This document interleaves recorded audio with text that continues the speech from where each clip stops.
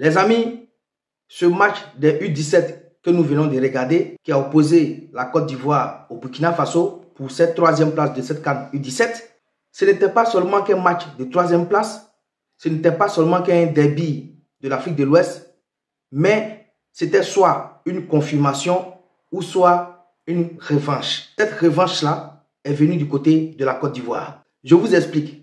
Ces deux équipes qui viennent de jouer tout à l'heure, ce n'était pas leur première fois de se croiser. Parce que le 28 mai 2024 dernier, à la finale du tournoi qualificatif pour cette CAN U17 2025, ce tournoi de l'UFOA qui s'était déroulé au Ghana, le Burkina Faso avait battu la Côte d'Ivoire en finale le 28 mai 2024 dernier sur le score de 3-1.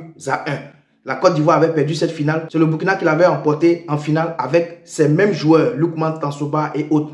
Et les Éléphantos aussi avec les mêmes joueurs. Donc, ces deux équipes qui se sont affrontées tout à l'heure dans ce match de troisième place se connaissent. C'est pour ça que j'ai dit tout à l'heure, si le Burkina l'emportait ce soir, ça serait une confirmation. Mais si la Côte d'Ivoire l'emportait, ça serait une revanche. Et la Côte d'Ivoire l'emportait, donc c'est une revanche. C'est maintenant un but partout. On ne sait pas où ces deux équipes vont se croiser encore, si ça sera au mondial des U17.